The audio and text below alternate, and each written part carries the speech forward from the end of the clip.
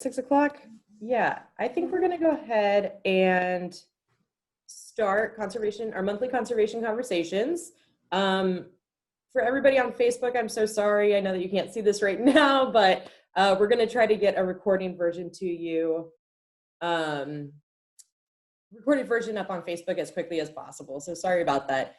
My name is Bridget Sanderson. I am the Director of Environment Missouri based out of Kansas City. And Kate and I have started Conservation Conversations. It was originally a weekly webinar, but now we've made it monthly so we can add more activity around each one of our discussions and focus on one particular issue surrounding conservation monthly instead of just quickly weekly. We did start Conservation Conversations because, we kind of, as everybody was starting to stay at home because of the pandemic, we wanted to give people, and we wanted to learn ourselves more about nature and just fall more and more in love with the earth and all of the ways that we can help protect it. So, Kate, I will go ahead and let you take over. Thank you so much. Hi, everyone. I'm Kate. I'm the Director of Environment Maryland. I want to apologize for how weird my lighting is at this moment. There is an insane storm, and so I'm shut into a room with very poor lighting so that you don't hear all the insane rainstorm sounds.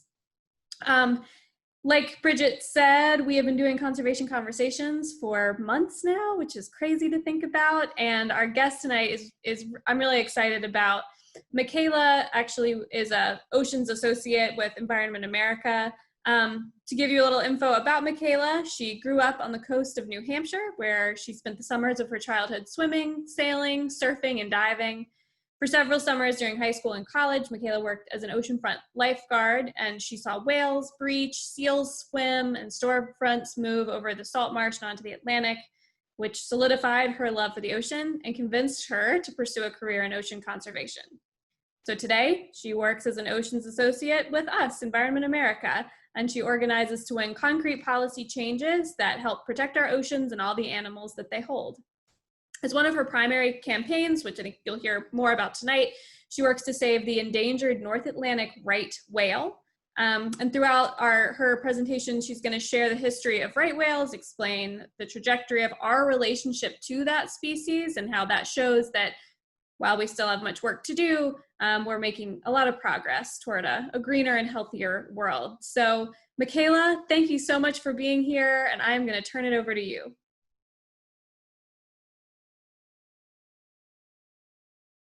For having me on tonight. I'm really excited to be here. So yeah, I am going to be discussing right whales in my presentation, but first I want to start with a little bit of introduction about myself and my history and why I got into this work, because I think some of that will help ground the story a little bit more. So as Kate mentioned, my name is Michaela Morris, and I'm an Oceans Associate with Environment America. And today I'm going to share with you a story about right whales and how my research on our relationship with the species gives me hope about our general mission of building a greener, healthier world. But first, I will tell you a little bit about my background. So I grew up on the seacoast of New Hampshire, as Kate mentioned, and New Hampshire does have a seacoast. That's usually the first question that people ask me. A handful of people do know, but a lot of people don't know. And it is a really, really tiny slice. It's about 18 miles long. Not sure if you can see my mouse, but I grew up right on the tip. So in Seabrook, New Hampshire. And then the beaches that I lifeguarded on, which Kate mentioned, were Hampton and then Salisbury. And Salisbury is actually right over the border in Massachusetts. And so, yeah, one of the reasons why I wanted to get into ocean conservation work and why looking back it makes so much sense is because the ocean really shaped me into the person that I am today. So that's me on the left. I think I'm like 2 or 3 there, and I'm playing in the sand. And that was pretty much how I spent every summer. So I learned to swim in the ocean, and then as I got a little bit older, I learned how to push myself hard during runs in the soft sand while I trained for track or cross country. And I would definitely say that my own time spent on the beach taught me self-confidence in myself and instilled a strong belief in the importance of wildlife and wild places. like the ocean, and seals and piping plovers I saw on the beach each summer. And thinking about those experiences made me really want to protect this place so that future generations can have those same experiences that have been so important to me.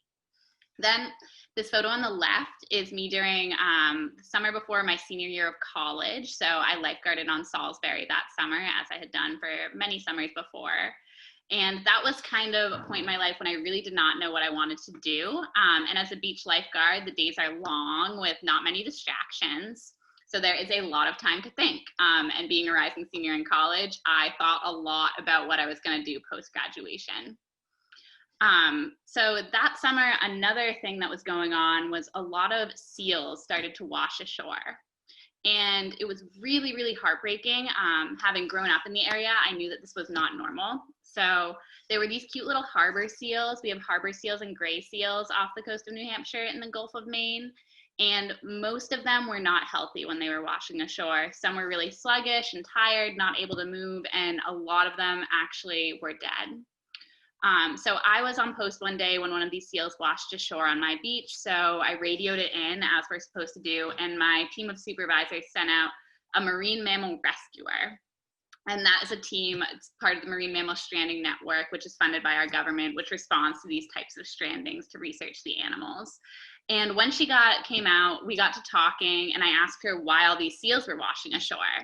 And she responded that they weren't 100% sure yet, more research needed to be done, but she did know that water temperatures were rising and that oftentimes a change in temperature made the water hospitable to a different kind of algae and fostered these algae blooms, which contained bacteria that the seals weren't really resistant to because they hadn't been exposed to it. And so that really broke my heart, first of all, that I had been seeing all these seals die, and that they were likely dying because of climate change. And so I went back to my post that day and I sat in the chair, and as I was reflecting on my future and also this really heartbreaking thing I was seeing, I realized everything kind of clicked into place, and I realized that I could pursue work to fight climate change and then therefore be protecting the places and animals that had given me so much joy and really shaped my identity. So I applied for the Environment America Fellowship, and the rest is history. My job is better than I even imagined on that beach day. So not only do I, get to work to help, prevent climate change and protect our environment, but I do it through oceans issues, which is something I never would have thought was possible back then. So as an oceans associate, just to give you an idea, I lobby elected officials. This is a photo of me with Ed Markey. It was taken in December of this year. And yeah, that was a really cool experience to meet the author of the Green New Deal. But in addition to that, we do a lot of other things like planning events, phone banking, petitioning, canvassing, and writing op-eds. And, we just use a range of tools to build a greener, healthier world. So the two campaigns that I work on are Wildlife Over Waste, and then the one that I came here to talk to you all about today, which is our campaign to save right whales. So a little bit of background. First of all, North Atlantic right whales are a species of whale that swim right off our New England coasts.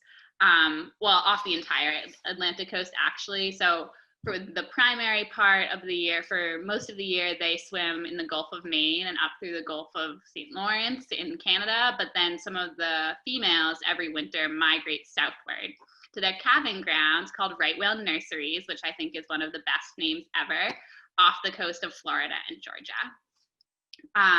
So they're about the size of a school bus, and so that's absolutely massive. And to me, they really do embody nature's majesty, right? Like that sheer size, the fact that they, jump out of the water, pretty incredible stuff. So these two, mother and calf pair, was taken off the coast of Florida. And actually the relationship between the mom and the calf is one of my favorite parts. So the moms and the babies are really close.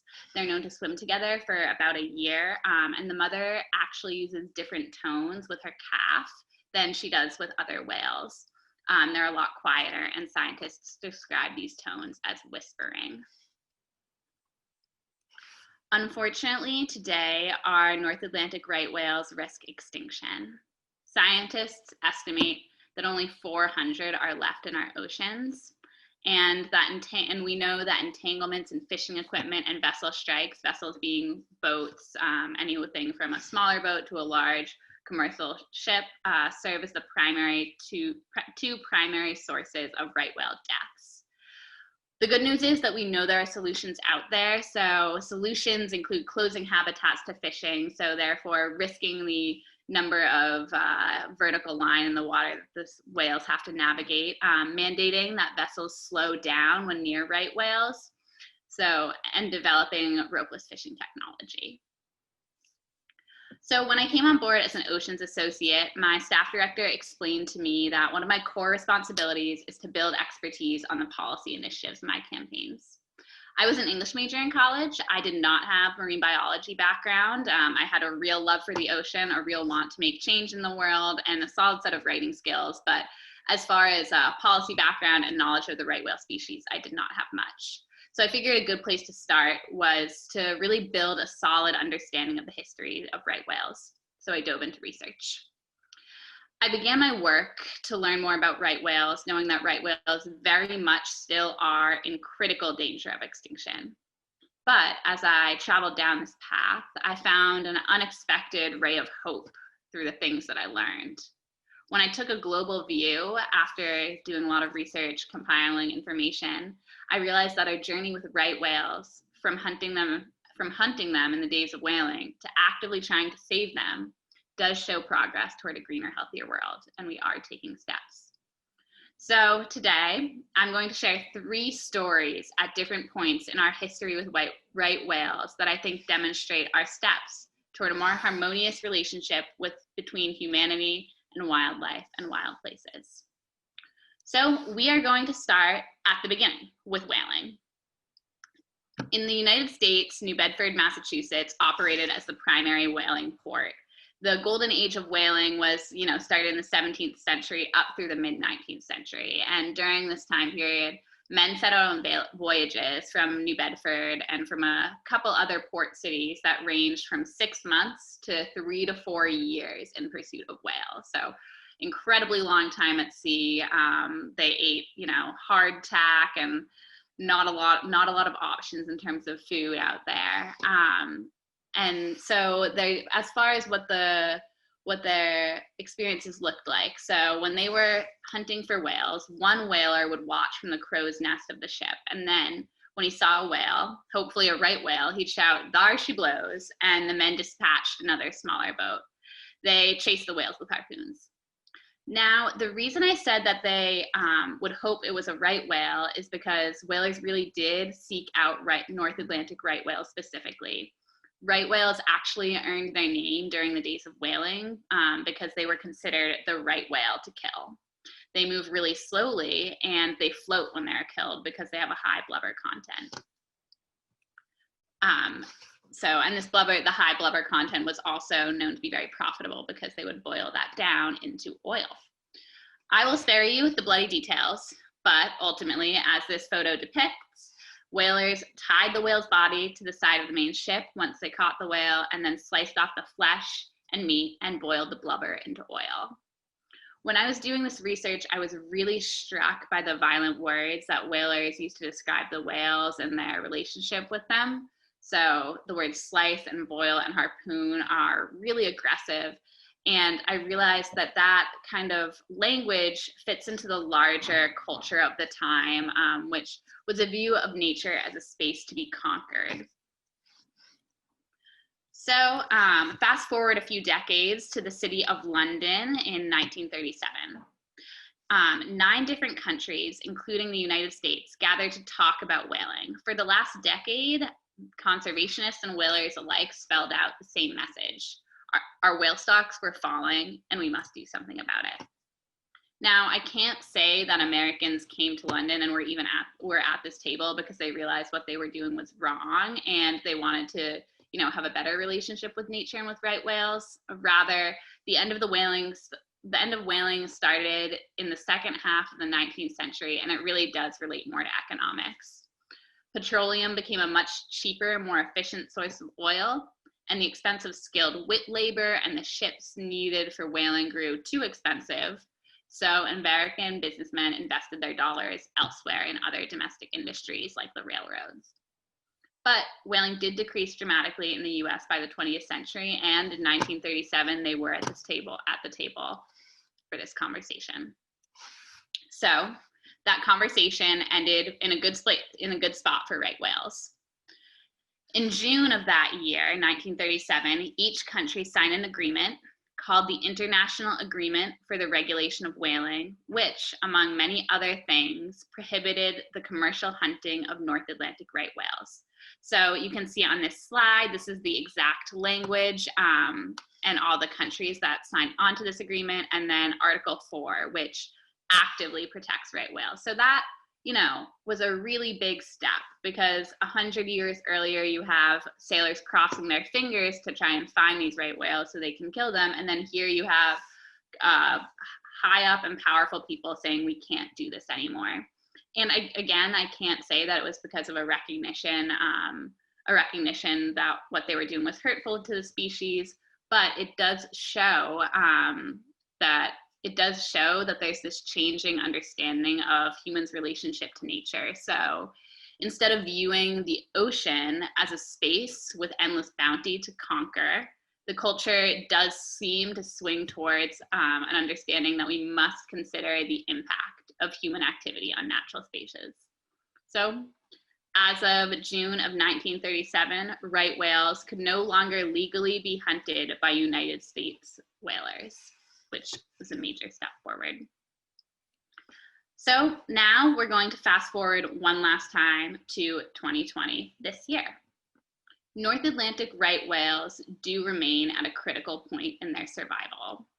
So the National Oceanic and Atmospheric Administration is in the process of creating a rule to protect right whales from entanglements and fishing gear and vessel strikes.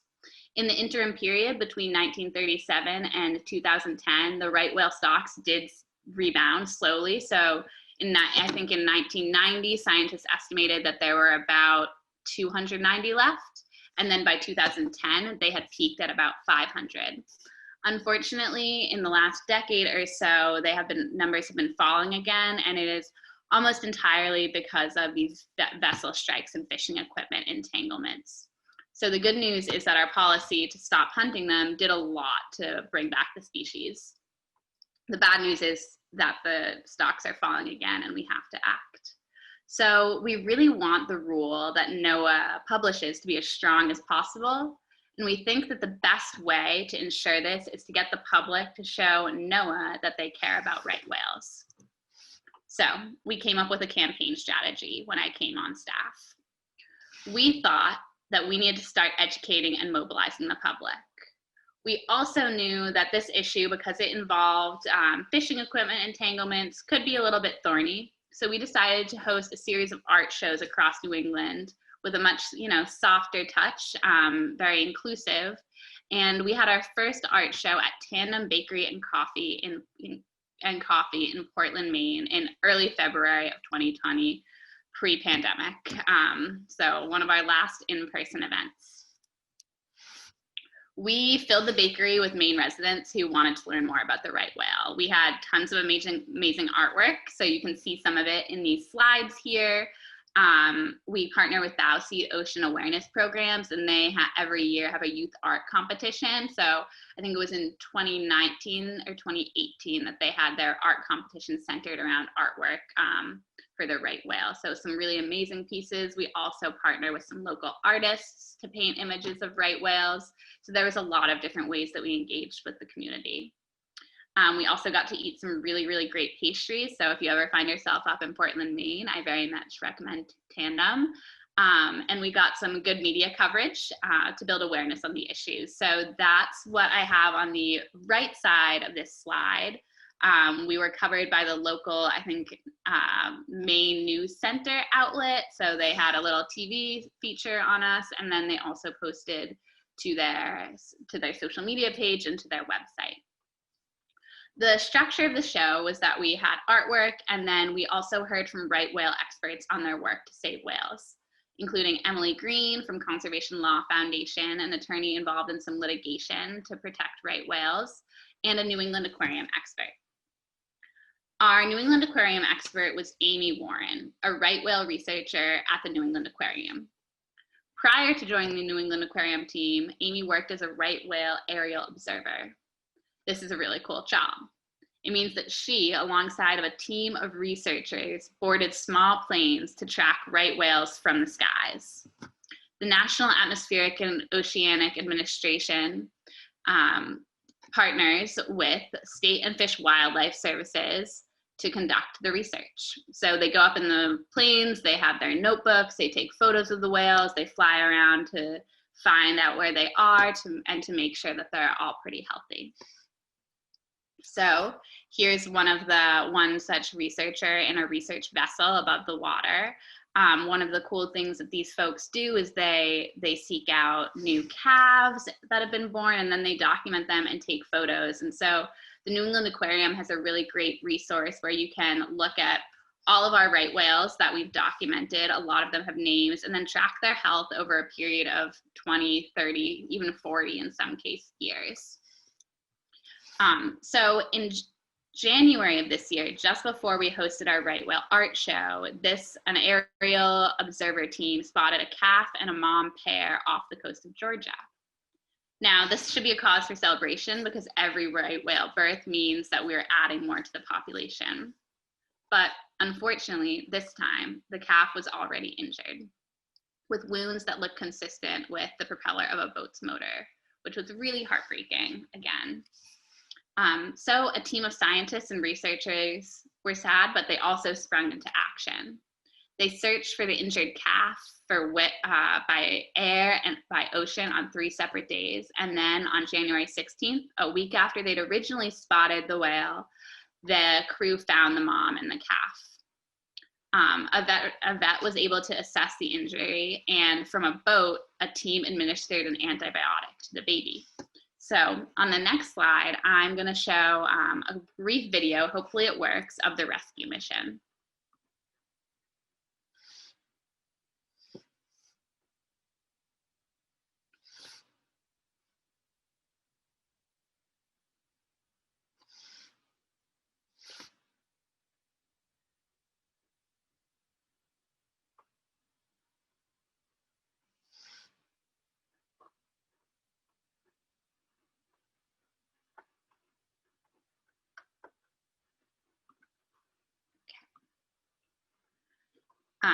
So yeah, that's pretty incredible. First of all, that we were able to marshal, our right whale aerial observers and scientists and veterinarians to come and do our best to help this right whale.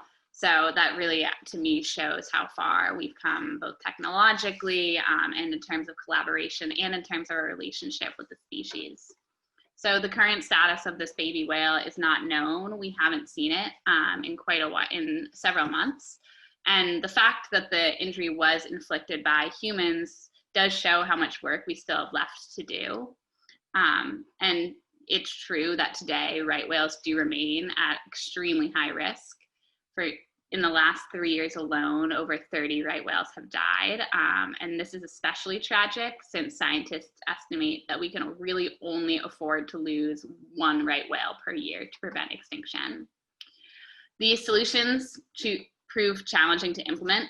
Ropeless fishing gear can be costly. It can be tough to convince our government to act as strongly as we want them to. And for example, close certain right whale habitats to fishing, or enforce mandatory speed restrictions that would help boats see and avoid right whales. But this rescue mission does convey an important truth about our relationship to these whales, and perhaps our relationship to nature at large. So I would say, at this point, we have really come a long way. And that's kind of what I realized as I was putting together this narrative and doing this research, to go from a space where we were actively hunting these right whales, and then we stopped hunting them. So we weren't hurting them actively anymore. And now today we're in a space where we are actively trying to save them. We're actually going out of our way and putting resources towards helping heal an injured whale. And to me, that's pretty miraculous growth, and shows a lot of how we really are stepping towards a greener, healthier future.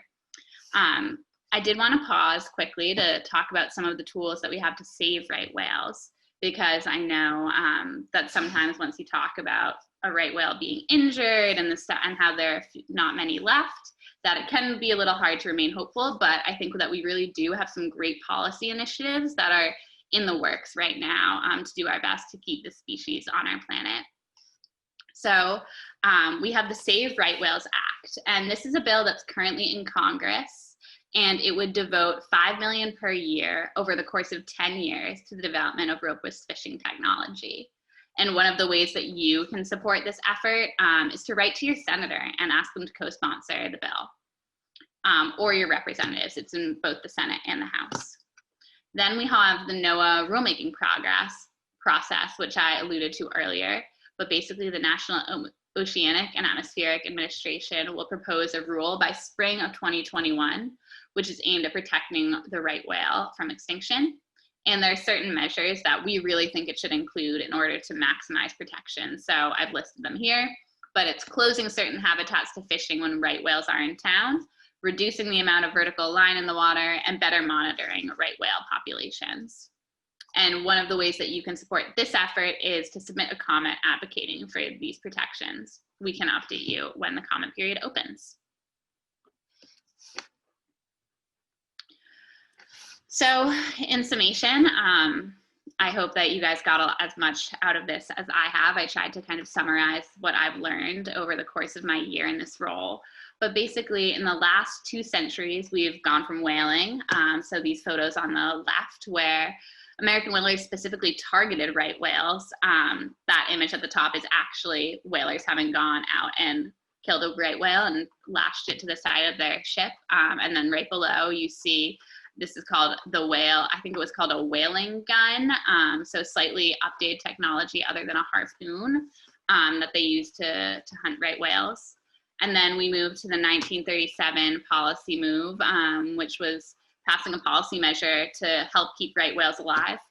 And then, you know, we have this photo on the left, which is, or photo on the right, which is where we're at today, which is, you know, we have funds dedicated and scientists and researchers and veterinarians dedicated to untangling these whales, trying to do our best to help save them, administering antibiotics.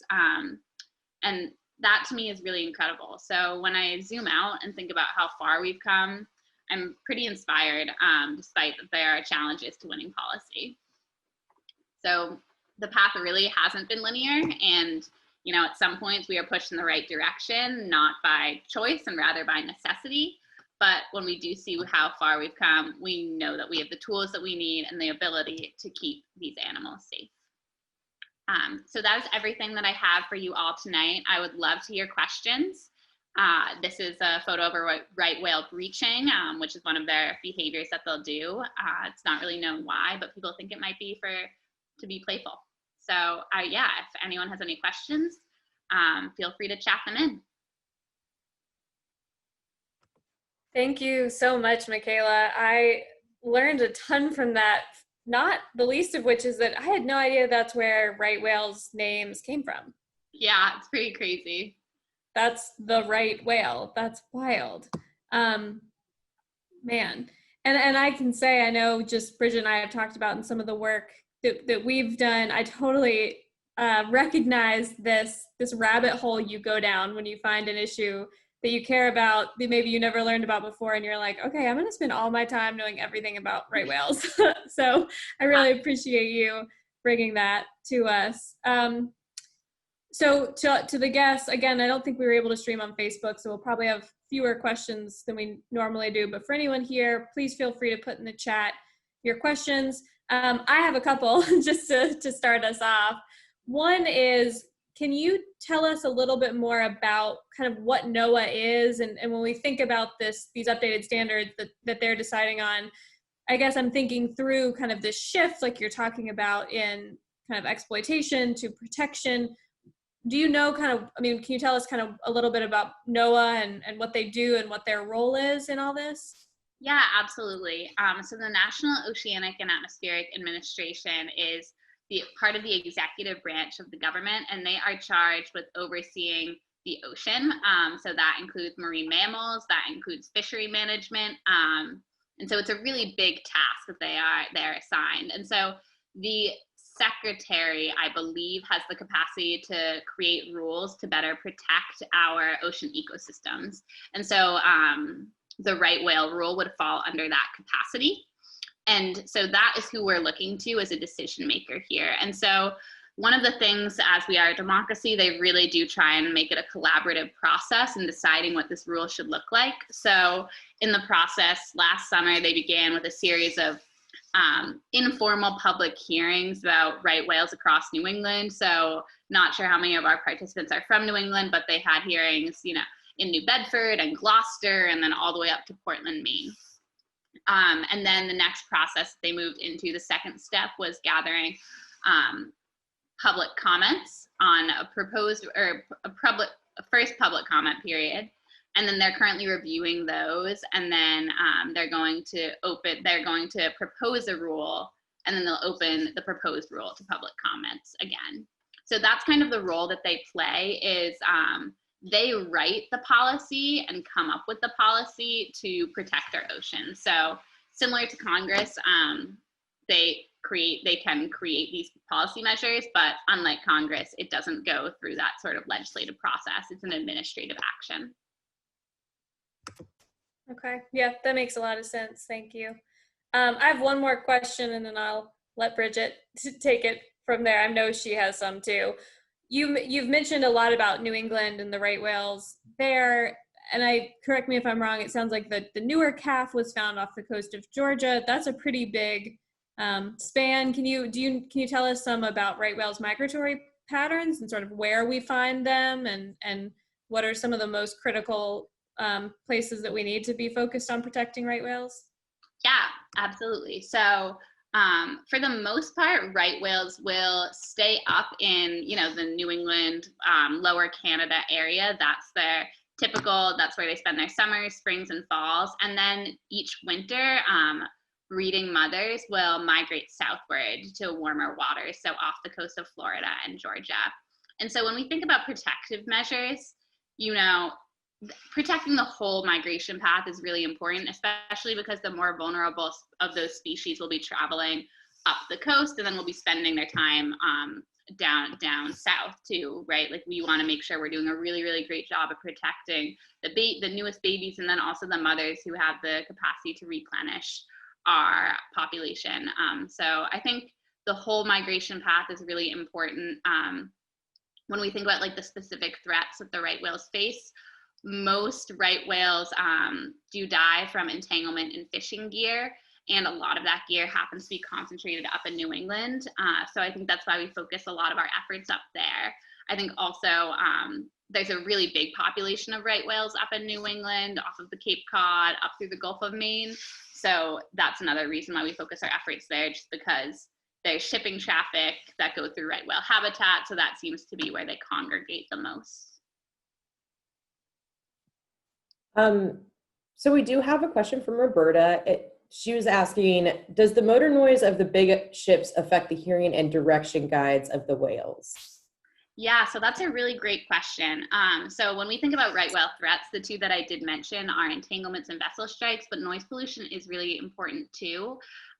There's some really interesting research from the early 2000s about how high levels of noise in the background just increases their stress consistently. And you can tell that by the sounds that they make. So we have these hydrophones underwater that pick up on those sounds. And then once you eliminate those sounds from their habitat, their stress levels decrease. And so we don't really know like the specific impacts. Sorry, what was I saying?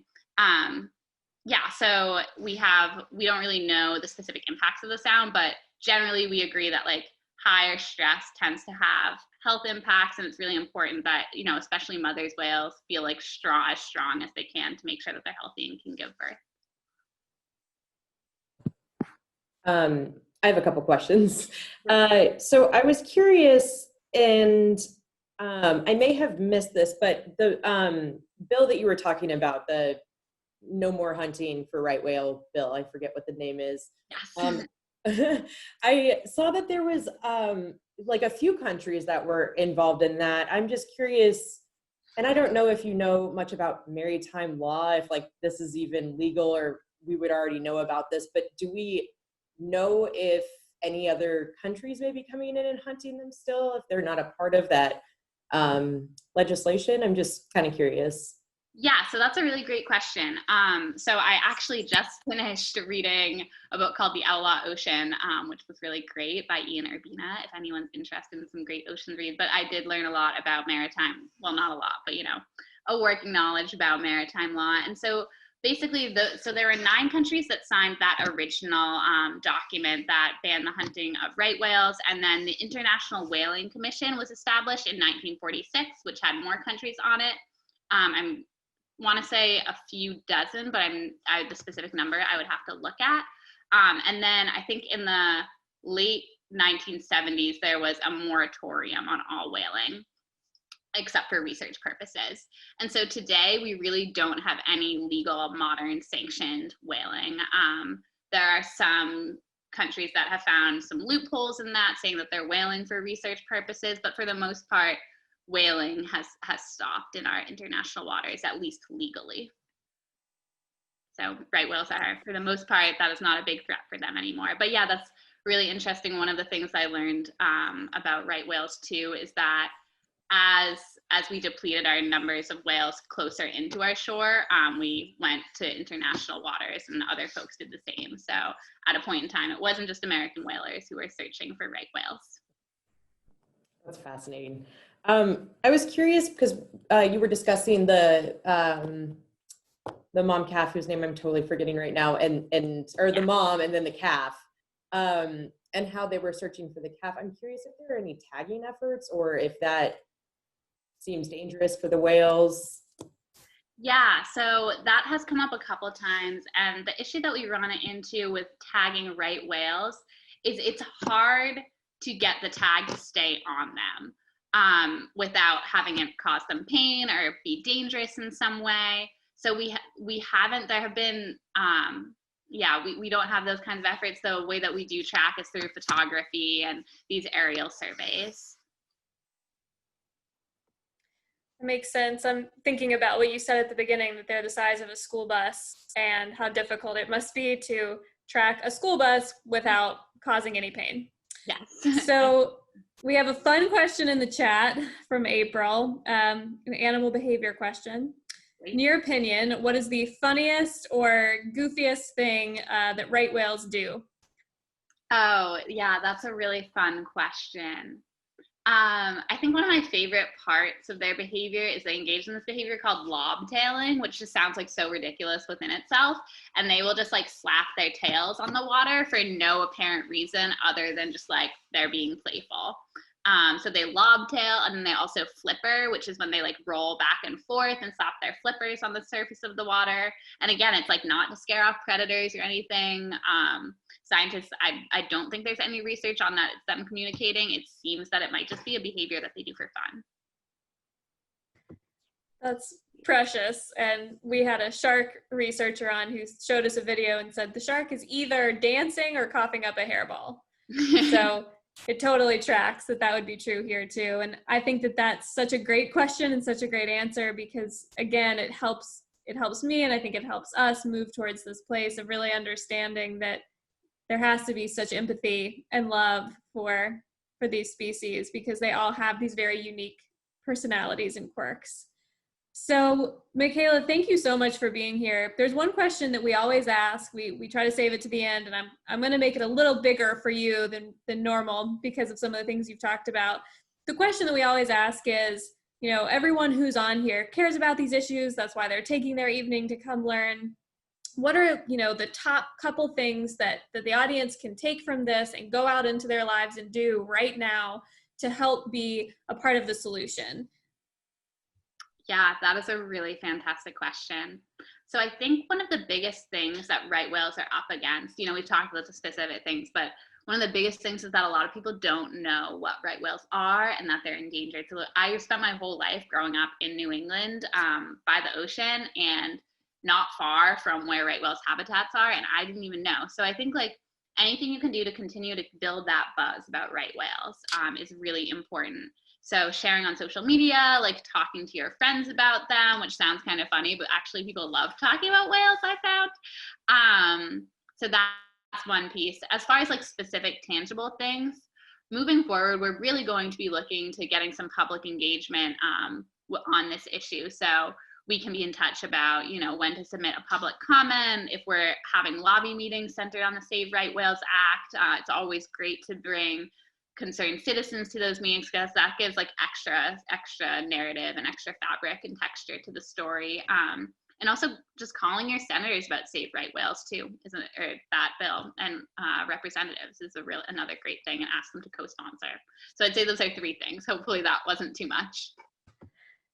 I think that's perfect. And I know Michaela and Bridget and I can all attest to the power that each of our guests has, that all of you have, in making a change, literally, like Michaela said, by just calling your senator. I can't overstate how really impactful it is for legislators to hear from you. So I think that's right. Bridget, do you want to give a little, maybe a teaser about next month and some info? Yeah, absolutely. Michaela, thank you again so much. I'm fascinated by all this because, you know, growing up in Kansas City, I knew nothing. And I'm really happy to hear that this has led to you learning about maritime law. So again, thank you so much, Michaela. We really appreciate it. And we also appreciate everybody who's attending. Next month, we are going to have a dear friend of mine and researcher, Beth, on to talk about bats, which Kate and I are now lovingly calling moonbirds. And so we're really looking forward to that discussion. It's going to be spooky themed. Come dressed up if you want. Yeah, so we will see you guys. I'm so sorry, it's the second Thursday of October. I don't know the exact date off the top of my head. But, you know, we're really looking forward to it. So again, if you guys like what we're doing and you want to donate to Environment America or Environment Maryland or Environment Missouri, please do. And just, you know, follow all of us on social media as well. So thanks again, you guys. Kate, you have anything? Also, thank you, Michaela. Learned so much from you. Thank you, guests. That exact date is October 8th, but sign up for our emails as well so that you can keep up with what Michaela's doing and get those alerts about when it's really critical to put in that public comment. So Michaela, again, this has been amazing, and I'm really grateful to you for coming on. Thanks for having me, you guys. And I'm definitely going to tune into next month. Great. Thanks, everybody. Have a great night.